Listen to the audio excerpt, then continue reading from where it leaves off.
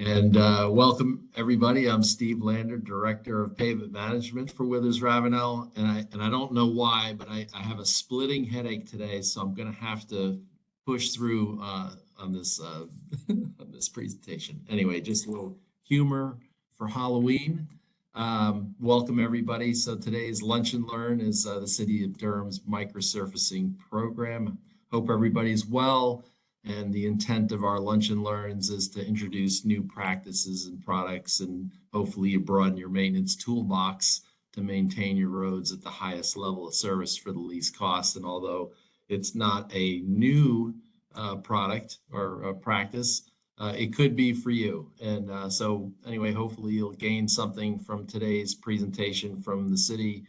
We've got Tim who'll be giving us the background on micro, and then Clint will be talking about his program and how he's applied it. So in the chat area, we're going to have several links. The first link, if you need PDHs, including you, Clint, you can fill out the form, get a free PDH. You'll get that by email. The Withers Ravenel Asset Management website. And there's a cool link to the city's website that shows the 2018 and 2021 pavement condition index, the PCIs for the network. And we have Slurry Pavers website, and then we also have everybody's emails that we all be put into the chat.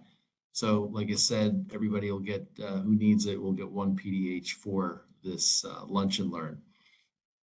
And so anyway, the Lunch and Learns are all recorded. So if you have to jump off and you want to watch it later, or you want to provide this to somebody else, we can get you the link. And we can also get you a copy of the presentation in PDF format if you request it. And also too is that everybody's muted, so you won't be able to talk to us, but you can ask questions in the chat. And we'll try to address all the questions during our session here. But if we don't get to all the questions now, we will get to them after. So the format is that Tim and Clint will be presenting for about 45 minutes or so.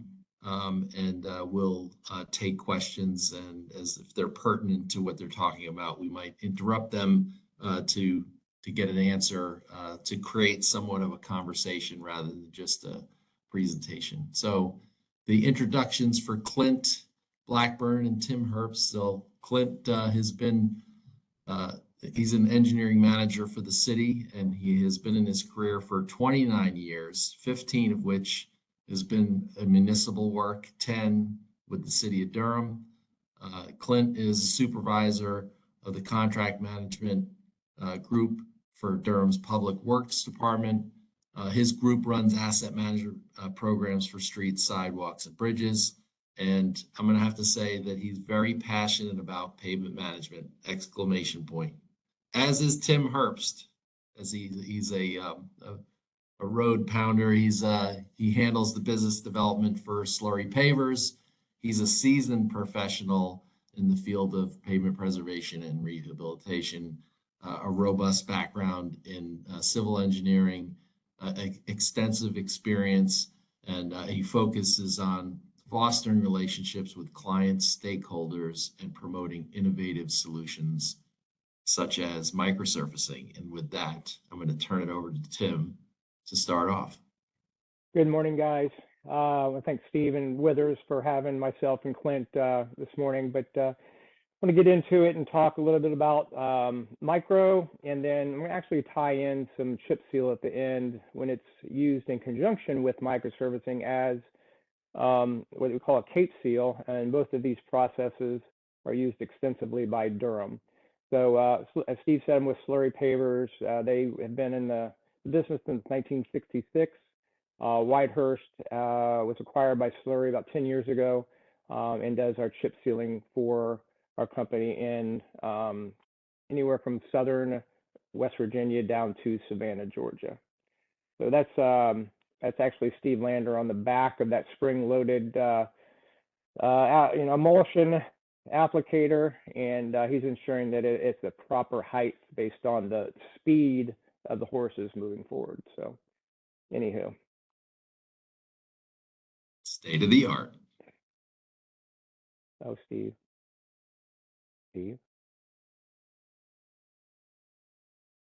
hmm, nothing's happening. Let's see here. Let's try the automate. It's just like, Okay. there we go.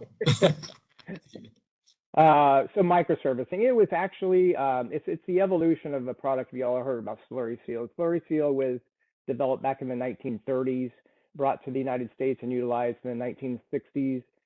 Slurry is a non-polymer modified product. It's usually used in low volume residential.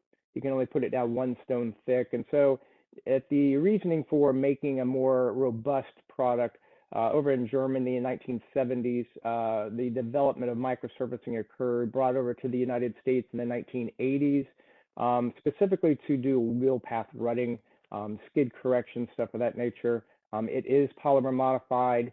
We would not put a slurry on this type of a highway.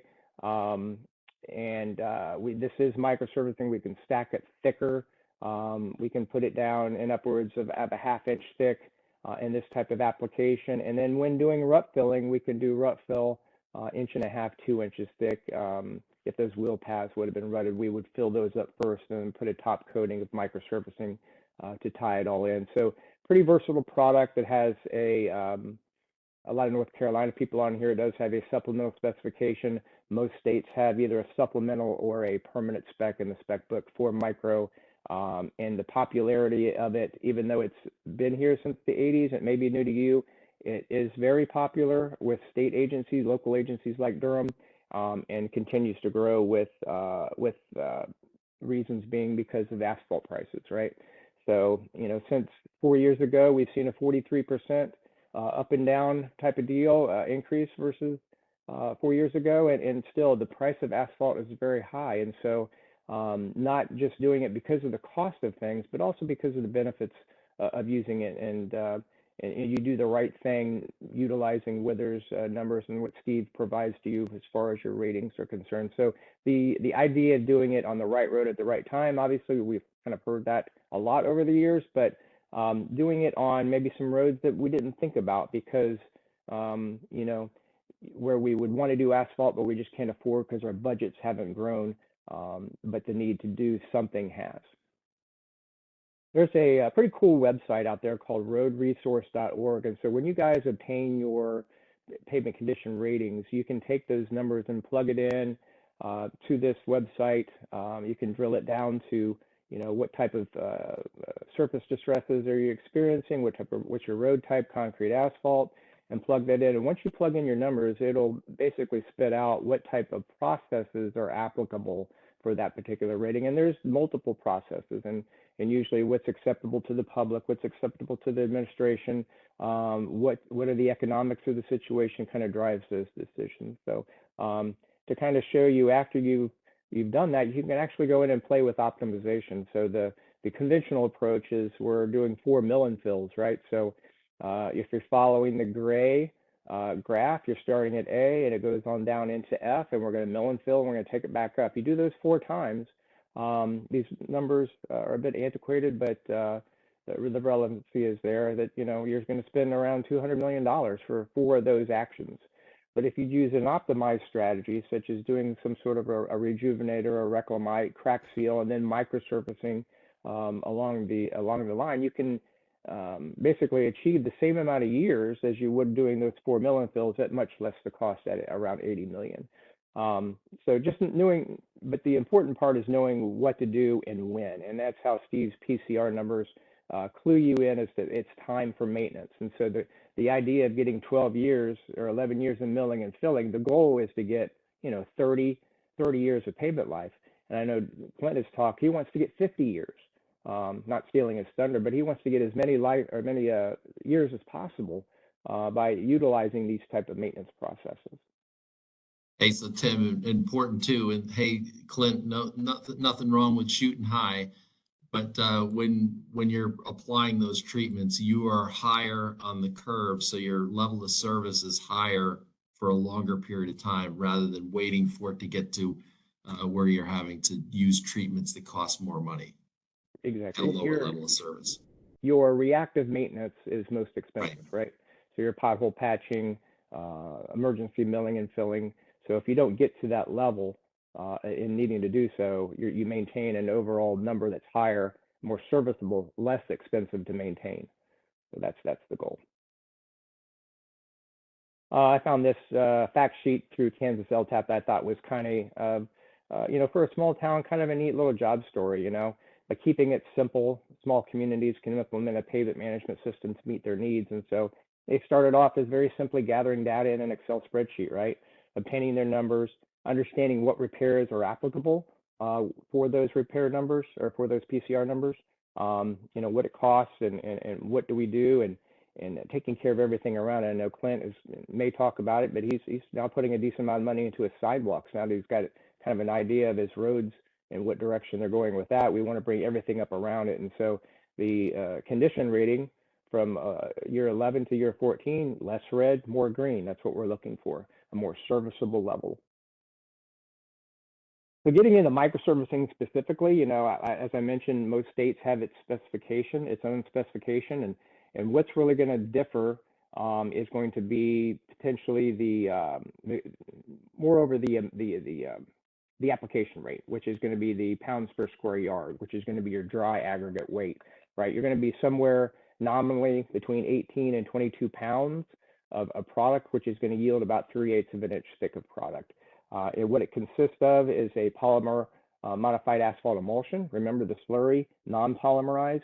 Microservicing is polymerized with a latex, a natural latex. And so that LM, latex modified, we're using a cationic emulsion. It's a quick set emulsion, and why we're doing that, why the industry has moved that way, is so we get traffic back on the product quicker, right? Less disruption to the traffic is what they want, and we're trying to meet that need.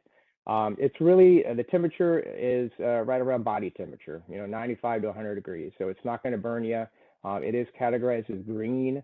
So we do a lot of work in park systems as opposed to a lot of the hotter, like hot in place recycling or the very hot asphalt. They're 300-400 degrees.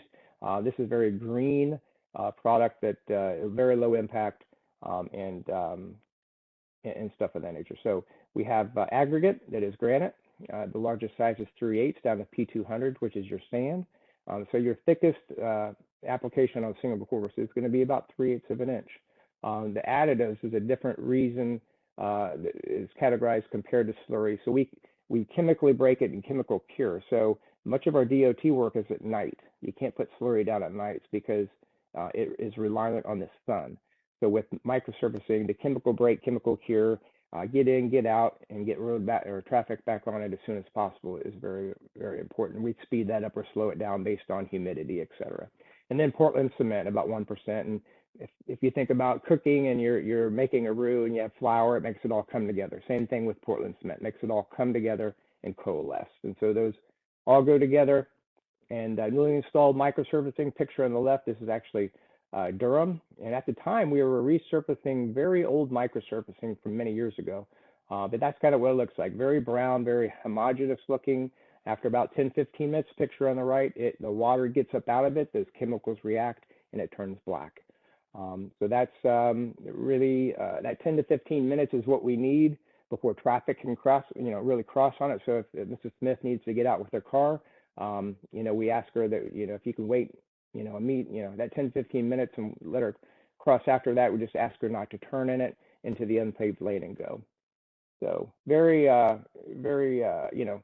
quick process. We're not milling and filling, taking up the whole day. By the time a customer leaves, resident leaves, and they come home in the afternoon, their road is done. Two types of units that put it down. The first is the truck mount paver. Goes about 1,000 feet with each load. He stops, he detaches the box, the box that these two guys on the back are standing on. The next truck comes up to it, attaches the box, and it goes. Every time you do that, you have a construction joint. So they have to be really good in making sure that's to grade with the rest of the micro that's going down. And it's sometimes hard to do, but we try to do it as good as possible. It does yield slower production because of that wait time, because of that exchange, because of how far it pulls. So that's why we use it in mainly residential areas where you have tight radiuses, cul-de-sacs, stuff of that nature. So it's going to handle those tight areas better.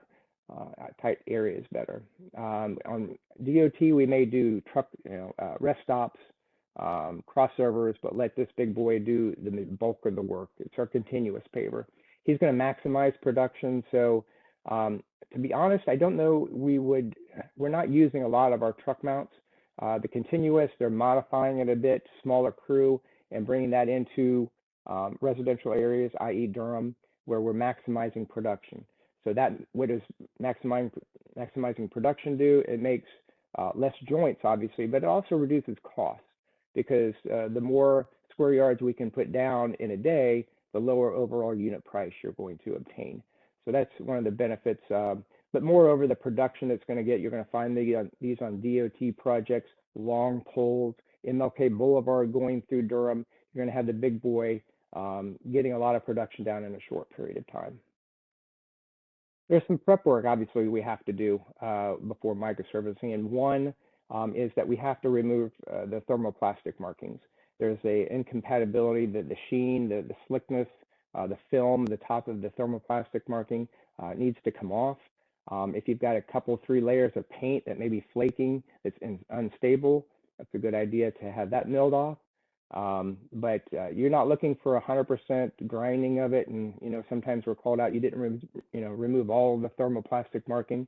You want to get 80-90% just to rough that up and take that sheen off, so that micro will stick to the ground. And then how we ensure that it doubly sticks is we do a tack coat beforehand, and that is, I won't say on every job, it has a lot to do with crack sealing, which we'll get into here in a second. Crack sealing. We want to make sure that we seal those voids, because that latex modification I talked about, right? It does make that product, the microservicing, a bit stiffer. So it is a little bit more susceptible to cracking. So we want to make sure that we crack seal the voids, seal those shut, and then install the microservicing on top. And you can see the water valves and the manholes have been covered with yellow tabs that are centric to the unit. And then we pave over, those tabs pop up, we cut the plastic or the tar paper off, and there is no adjustment needed with a single course microservicing installed. Asphalt failures, always recommended. We want to have little or no asphalt, repairs to do, because that kind of drives the cost up. It's actually going to drag the number down. So we want to make sure that we're doing the right PCR numbers, and those are going to indicate that there's not a lot of failures on the road, if any. But if there are, they need to be taken care of. We need to go either partial or full depth, and then we'll make sure we crack seal around that cut that we just made to install the asphalt, right? So we want to make sure we seal that new joint that we've created. One of the new things that, I cut my teeth in Ohio, but getting down here into Carolina for the past 3 years, the issue with weeds and invasive grass, right? So we want to make sure that for some reason, the surfactant or the soap that makes the water and the asphalt come together to make the asphalt emulsion in micro, that surfactant has something in it that makes grass grow.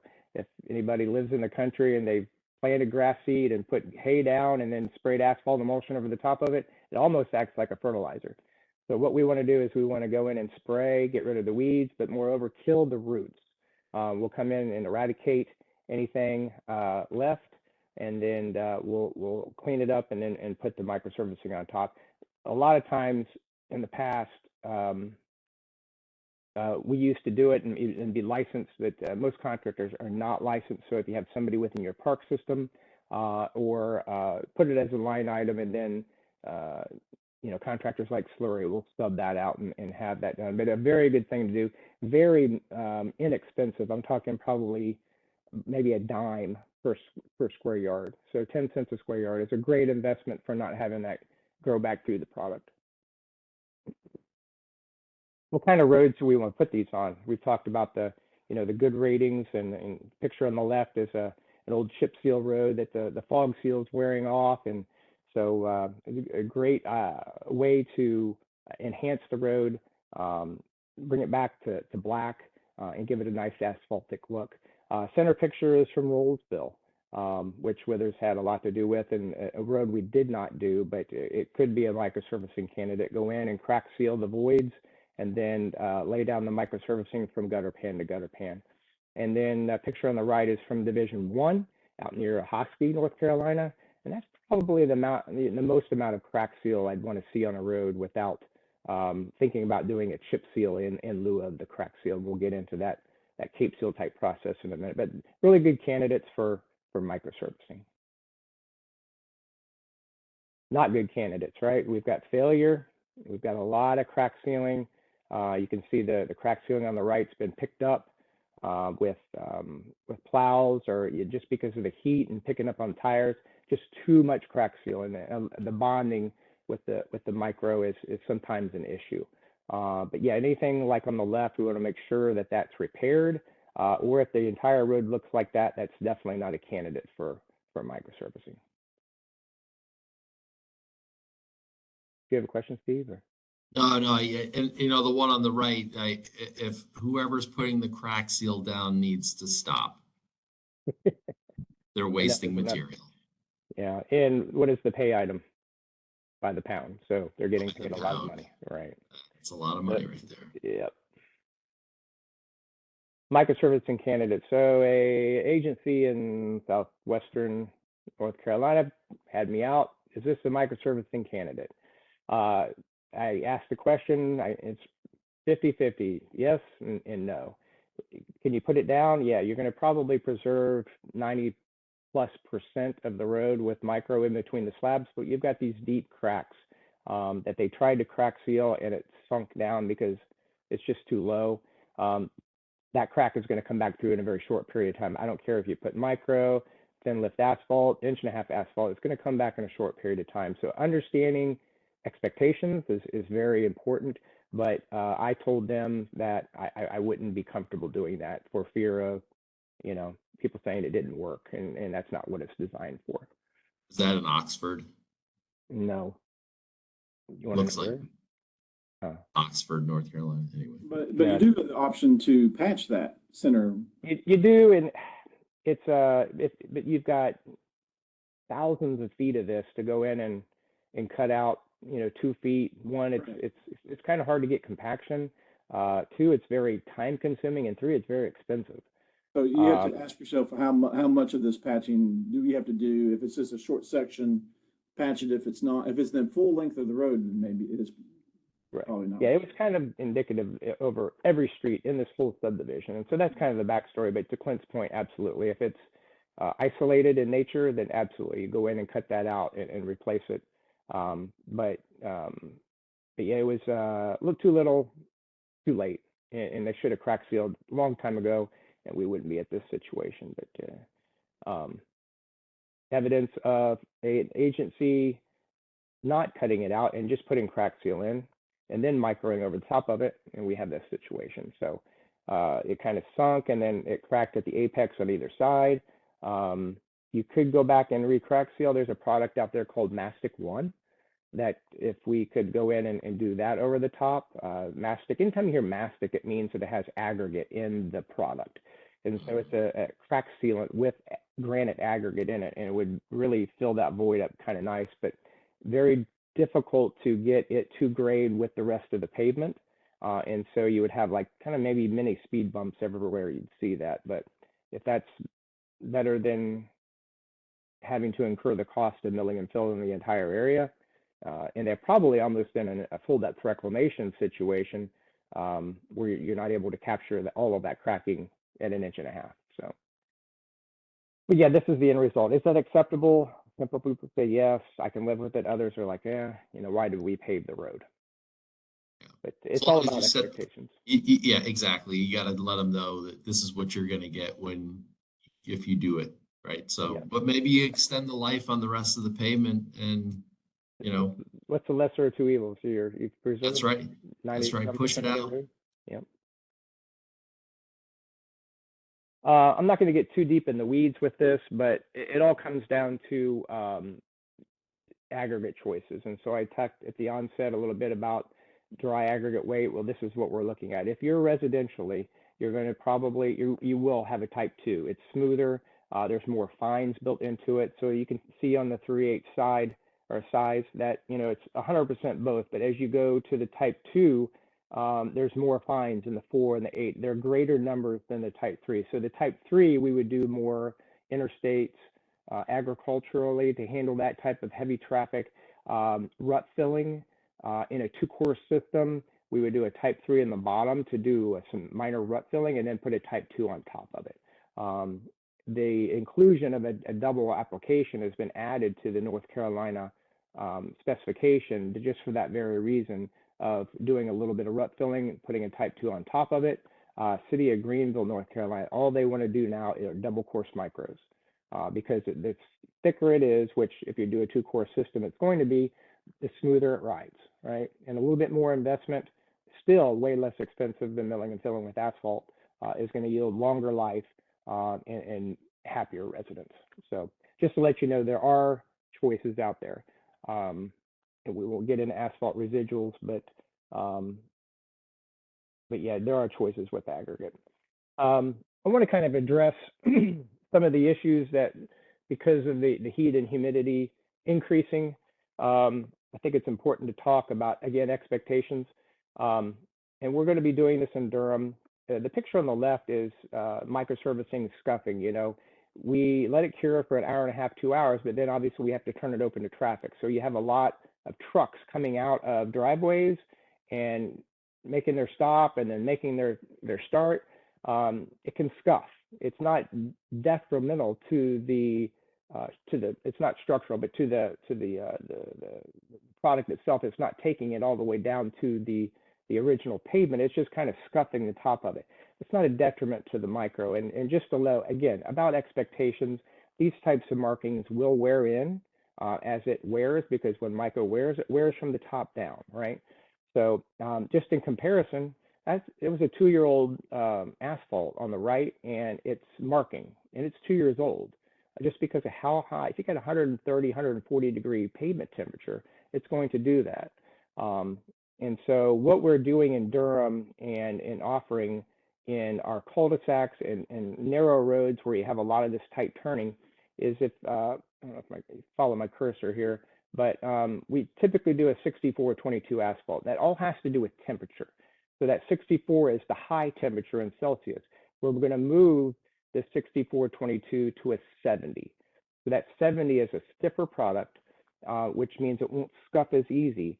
And it won't, in the cul-de-sacs, it won't have that raveling as, you have your garbage trucks or a lot of turning when you very first start to get onto it. As it ages, it won't do it anymore. But that initial acceptance of that heavy traffic is really going to be better on this higher temperature microservicing.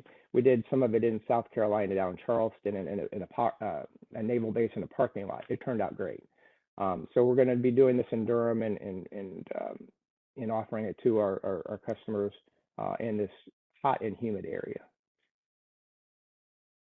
And just to kind of show you, if you're on the edge about doing it or not doing it, is it kind of mom and pop? No, it like I said, it originally started out as a highway product and still used extensively throughout the United States as such. And so you're talking about 6-lane highway in Ohio with 50 to 100,000 cars a day. That's what it's designed for.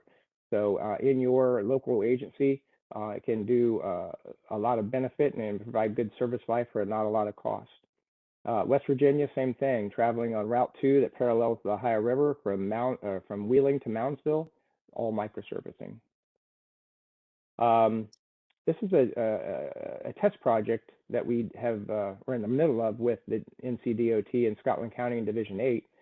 We put down a single course Type 3 skid correction project. It's now 3 years old, and the skid numbers on it are excellent. It's eliminated all their accidents out there. They had a couple fatalities.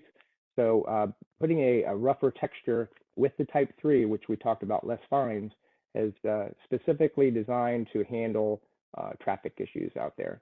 So it will be actually one of 2 products now with the ultra thin bond wearing course, one of 2 products across the state of North Carolina that are going to be called on to correct wet weather friction issues in the future based on the success of this test project.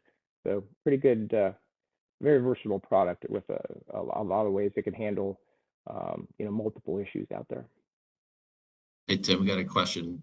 Any issues with material sitting due to equipment breakdown similar to regular asphalt? How long is too long?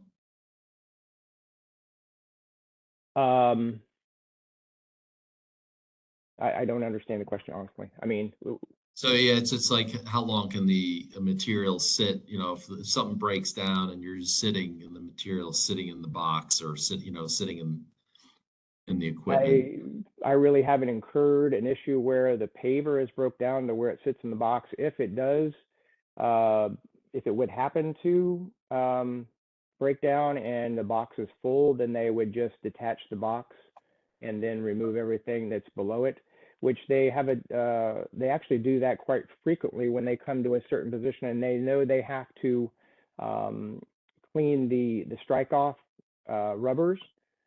They will scrape the box down, remove the spoils, clean the rubber, reinstall, and go. So there's quite a few ways to address that issue. They do, based on proximity of the loading site, they may have to wait on trucks longer than they would like, and so they do sit idle sometimes waiting on trucks quite a bit.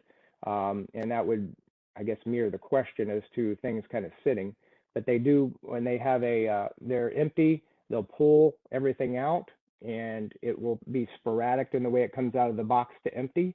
But then when they're back full, they'll go back to where it started to become irregular and basically pave from that point forward. And so we don't have any issues with irregularity or thickness differentiation from one point of the lane or the other. Yep. Hey, another question.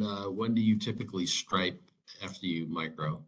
Great question. It depends on what you're striping with. There's been some talk at the DOT what's acceptable. If we're in a DOT situation, we're going to have temporary striping on it before we open it to traffic, right? Or close it down for the night, or open it up for the night.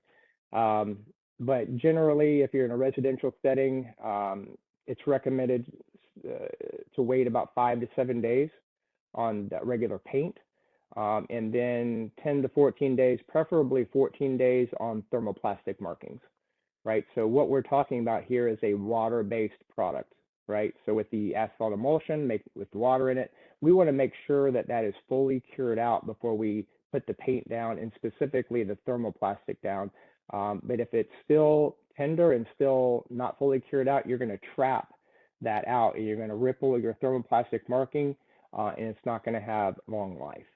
So yeah, you're going to have a bit of time, but you're always going to have temporary striping to ensure people aren't running into each other out there, and that will be done before it's open to traffic. But yeah, good question. Just to show you longevity, this is should have actually been a double course since double course was just introduced. They put a single course down in 2016 on that Route 1 in Lee County up in Division 9 and Division 8, and it looks great. I mean, it's still nice and dark, a little bit of cracking happening, but for the amount of traffic that is on this route, the DOT was very surprised. They actually found this by accident. The current administration didn't know it was that old. They had planned to mill and fill it this year, but they're like, heck, it's still giving good service life, so we're gonna wait on it, and just contributing to the ongoing success of the product and building success stories. Division 12 out near Shelby does quite a bit with the population influx. New York, these guys from Ohio moving down. I don't know who they are, but me, myself, and I, we're filling up the state quite a bit, and that's saying by the year 2030 we're going to be the 6th most populous state in the nation. So the idea of chip sealing is just not an answer in subdivisions and where we're seeing this population influx. So they're moving over to microservicing to give a more asphaltic look, cover up some of that chip seal, and do a chip seal first to seal up the distress, and then put a micro on top of it is used extensively across the state. Division 11. This is Hay Meadow Road, and we did a double course, first double course done in the state on the state level. Turned out beautiful. After it's striped, most people driving on it think it's an asphalt road. We put a type 3 on the bottom and type 2 on top, making it nice and smooth.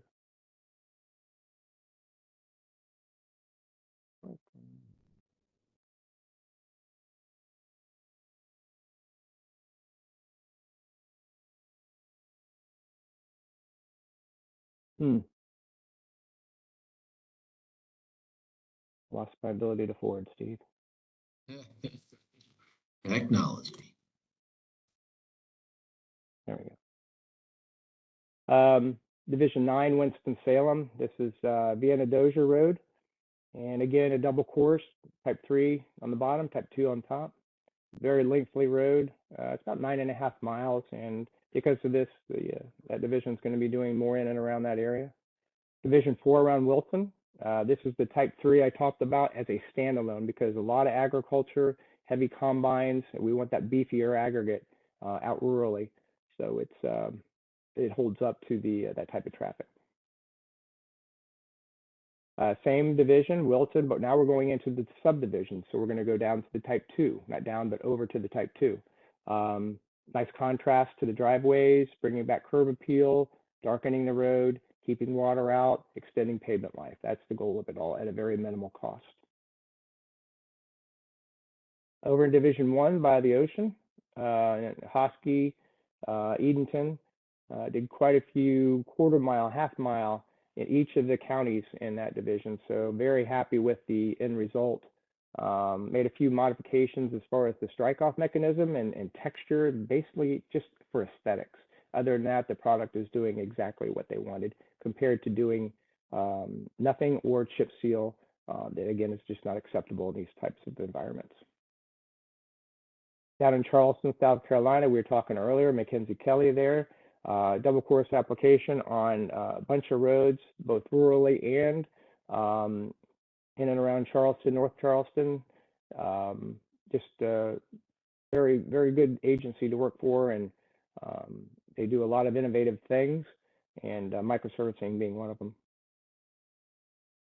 Over in Beaufort County, again, intercity, in and around Hilton Head, and again, a great process to do on the right road at the right time, going through causeways where just asphalt wasn't the fix, and they needed something intermediary to extend that pavement life out.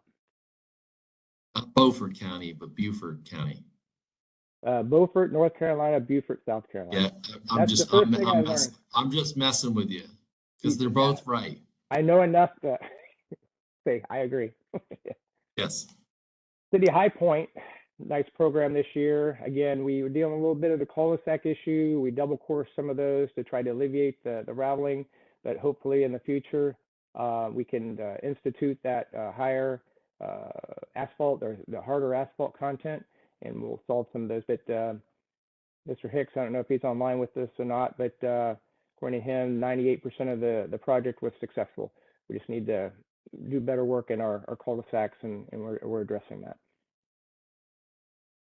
City of Greenville, they went with what they call a high mod microservicing, and we did this double course, and honestly, it looked like bubble gum coming out. It was so laden with polymer. We typically put 3 to 3.5% latex in. This was a 6% application. It was actually an ergon liquid that we were the contractor who put it down. Again, very pliable, very ductile, but it was a good project. Turned out nicely, and Nick DePalma, the city engineer, is going to be doing more of it. Yep, he's on too, and so are the city of High Point. Yep. Hilton Head, we did an HOA there. Turned out wonderful. Again, messed with the aggregate gradation. Almost went down to like a type 1, but it's very thin aggregate, higher asphalt residual, very flexible, and eliminated some of the burlap, and it turned out to be a very smooth installation, and they're very happy with it. So we do a lot of work in South Carolina. But we also do a lot of work in Durham. So Clint has been one of the industry's best customers. Been working with it since 2019, and this is a 2024. Sorry, it's a little bit blurry of a picture, but it went through a residential area, tied into a lot of subdivisions off of this main road. But I'll let him go into his program here a little bit later. But just want to show you some of the examples. This is a picture taken in 2022 of just representative of, you do have variable widths, and sometimes it's hard to get that seam exactly where that striping is going to be. So it may be off center, but that seam will wear in over time, and the striping is accordingly. So really good. Hey Tim, we got about 15 minutes left, so maybe should we Speed it up. let Clint go?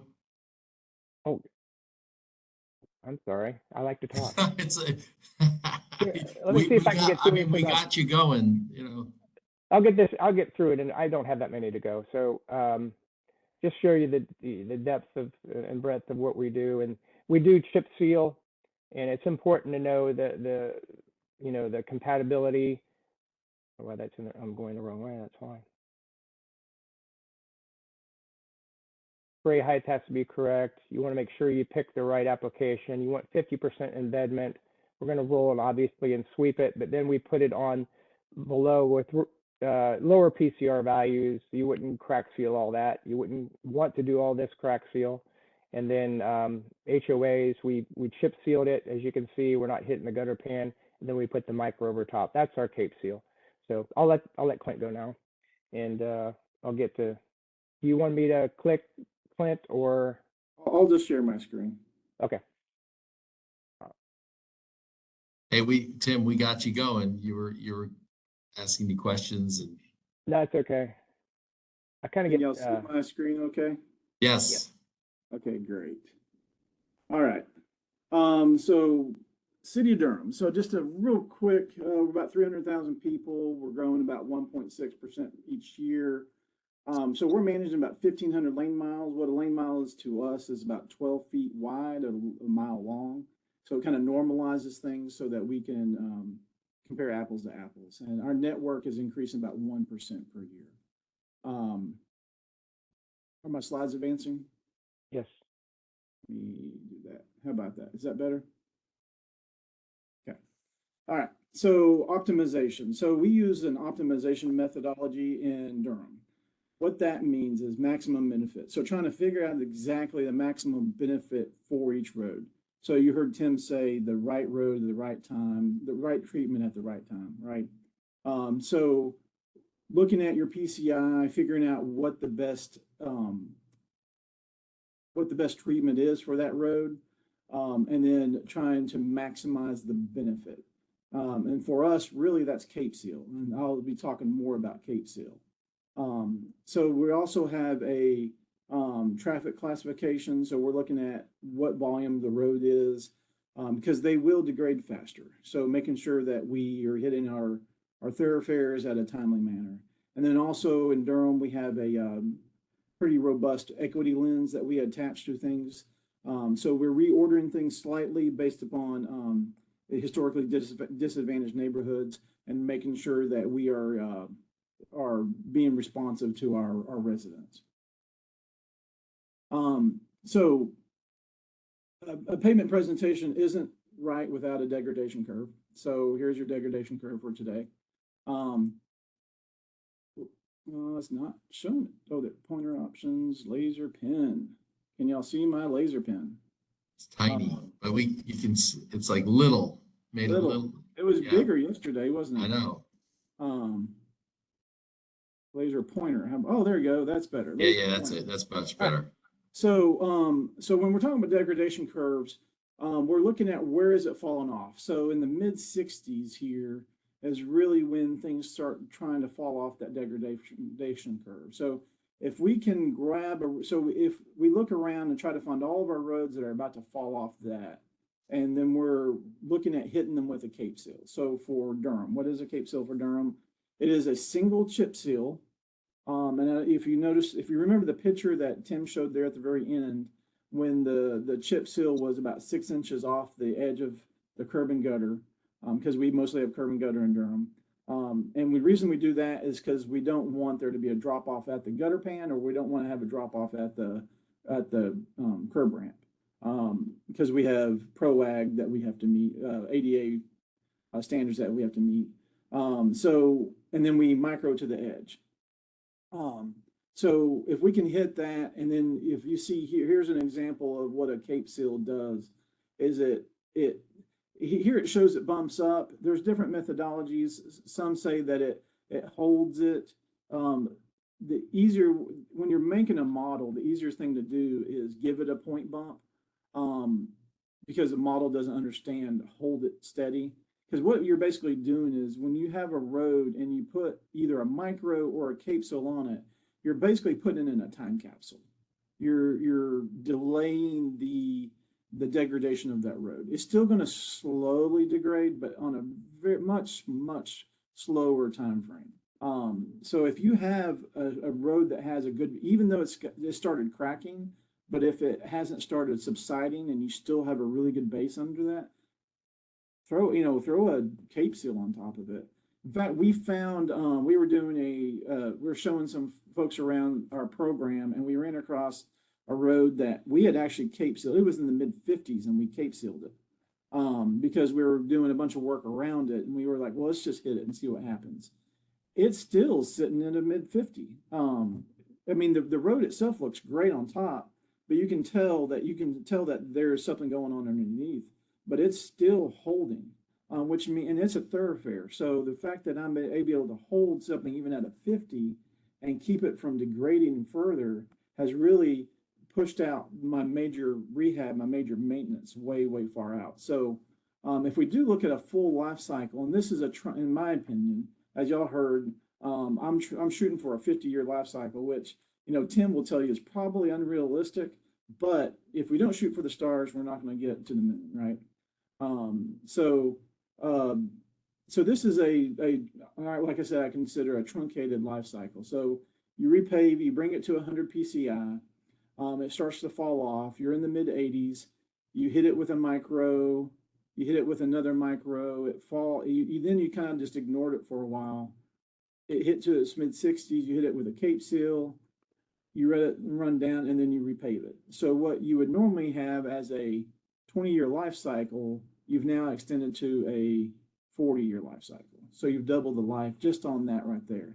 Now, what you could do is once you cape seal it, you let as soon as the micro wears off the top of the cape, you could hit it again with another micro. And you might be able to do that 2 or 3 times. Because as long as the sub base is holding, you can keep maintaining your road. And that's what you want to do is before you go out and do a treatment, go out and look at the road. If it's still holding and it still looks good and the micro is just wearing off, hit it with another micro and keep going. I've recently talked to some smaller municipalities that have basically FDR'd their entire system. So we're talking about full depth reclamation with the cement added into the subsoil, right, and compacted. So they've invested a lot of money. So it's a true asset for this town. They've invested a lot of money into the sub base. So to me, they're a prime candidate for preservation. So why not hit it with lots of micro and cape seal and whatever you have in your toolbox, because you want to protect your investment that you put into that base. So if we're moving on, talking about, so this is our toolbox that we have in Durham. So we're talking, so some sort of asphalt rejuvenation, we use reclamite in Durham. So hitting it with reclamite, and then we have micro with crack seal. And then we do what we call a low prep cape seal and a high prep cape seal. Low prep cape seal is we're doing very little to the road before we put a cape seal on. We might have to patch 1 or 2 small places. High prep cape seal, we're doing a lot more patching, a significant amount of patching. And then we're likely going to crack seal the edges of the road. So as we were showing that we're not going all the way to the edge of the curb and gutter. So we're leaving a strip. If there's cracks there, you'd want to go ahead and crack seal those before you put your micro down. And then we have low volume residential and high volume residential rehabilitation, or basically it's a mill and fill, and then full depth rebuild. We don't do a lot of full depth rebuild. That's mostly for the, I'll just leave it on that. So that's mostly for bus routes, things that are getting hit really hard. So let's talk about cost of deferment. So a Cape Seal, we're spending about $6.26 a square yard for Cape Seal. If we repave that, we're spending $26.64 a square yard. So your cost of deferment is $20.38. That's a big difference. You can do a lot of Cape Seal for that $20.38. So if we're able to keep pushing that out, keep deferring this cost and focus on this cost, we can save the city a lot of money. And that's my goal, is to stretch our dollar, save our taxpayers money, and make and give them a high level of service. You heard Steve say earlier, by doing these treatments, we're keeping the high level of service all the way up until we repave the road. This is kind of a crazy slide. I always just kind of put it in there just to kind of show our thought. This is our thought process behind our program. You know, surface type, asphalt in Durham, it's almost all asphalt, 99% asphalt. Then you have local roads, you have our arterials or our collectors. So then you have your PCI types, and each PCI throws it in a different bucket. So it's just, we do have a program or a thought pattern behind each of what we're doing. And then we also do maintenance groups in Durham. So we're really focused on neighborhood approach. So we want to go into a neighborhood and do the entire neighborhood. So we're doing a combination of Cape Seals and micros in a neighborhood to try to get them all on the same maintenance cycle. The purpose of this is, it's going to be cheaper for us, right? So it's going to save us money because we're not having our contractor drive all over the city. Tim's group can focus on an area, get it done, and get out. So we will do neighborhoods, like different neighborhoods in different parts of the city, but we do maintenance groups within those areas. And then also what it's doing is it's annoying your residents less. So you're coming in once, getting the entire neighborhood done, you're getting out, and instead of coming back year after year to that same neighborhood doing treatments and driving them crazy. So you get in, you do it once, you get out. Also, if you're coming in year after year, your heavy equipment is driving back over the roads that you did previously, and you're doing additional wear and tear versus get in, get out. So there's a lot of advantages to doing your maintenance group. One disadvantage is you might be doing some treatment out of cycle. So it's going to cost you a little bit more on 2 or 3 roads within a neighborhood, but it does get it all in the same maintenance cycle for the person that comes after you. Because remember, we're looking at 40 to 50 year life cycles. So your plan is to, my plan at least is to pave a road once, and then I'm never going to repave that road in my tenure with the city. That's my plan. So somebody else can come back 40, 50 years later and repave that road. So this talking a little bit about our program. Got 5 minutes left. All right. So briefly, I'll just kind of blow through this. I just kind of wanted to show you what we've been doing. I will say real quickly that in 2018, we tried to start the program, but we put the preservation work, the micro work in the repaving contract. The paving contractor was not interested in letting this work go and pushed it until we ran out of time in the season, and we had to push that work until the following year. So what we learned really quickly is do 2 separate contracts, a repaving contract and a preservation contract, because the asphalt contractor has no interest in preservation. So separate out your contracts. Of course, the burgundy color here is our preservation work, the black is our paving. So each year that we're advancing, it's going to add to it. The black is always repaving. It's just getting bigger and bigger because we're doing more. I mean, it's consecutive. So the 2019 and 2020 are on there. And so the yellow shows what we did. There's 2021. Each year we're doing a little bit more, or I guess about the same, it looks like. And then, and there's 2023, and then there's the entire program. That's what we've done since 2019. The red, of course, is preservation. The gray is repaving. And what we like to, we liked it all together because when we repave a road, we look at it as we're entering that road into our asset management program for pavement, right?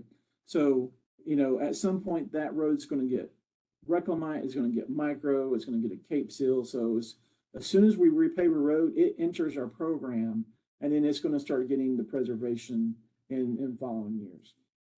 So, yeah, I think that it's important to have your residents understand they're not getting microsurfacing or asphalt, right? At some point, they're always going to get micro. It's just it's not time for asphalt yet. So that's it. And on that note, I do have a separate presentation that I do on how you get into asset management work.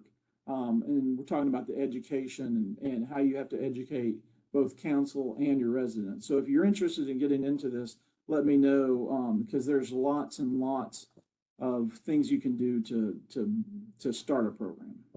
Well, Clint, it sounds like we might need you to pull you into another session sometime next year. Okay. I'm real huckleberry. Hey, we got one question, Tim, it's for you. As far as when we have to mill up the microsurfacing later on, does it cause any issues with the wrap? I hear that every month, and the answer is no. You're dealing with the same asphalt as you are with paving. It's just been cut with water, and the water has left, and what you have left is asphalt residual. So no, in answer to that question, absolutely not, no issue whatsoever. Well, In excellent. actuality, we're using wrap in microsurfacing, so they're very cohesive, and they work with one another quite well. Excellent. All righty. Well, Tim, Clint, I really appreciate you presenting. It's great to talk about the program and microsurfacing. So thank you for attending. Thanks everybody for attending today. And so because of the holidays coming up with Thanksgiving and Christmas, we don't do a November lunch and learn, but we do one before Christmas. So the next lunch and learn is going to be on December 11th. And the topic, which segues from Clint's conversation about grouping things, this is called a neighborhood approach to pavement management.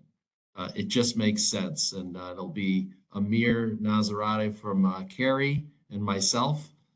It's a presentation we've done before, but and how they develop their paving groups and how it keeps folks happy because you're minimizing disturbance. So December 11th at 11:30, you'll be seeing the emails later on. And so if you don't get the emails and you'd like to get the emails, just send me your email address and I'll put you on the list and I will not bug you. But you'll get the emails. And so, and also too, if there's any topics that you would like for us to cover, just let us know. Thank you, everybody. And everybody have a great day. Goodbye. Bye, thanks. Thanks, guys.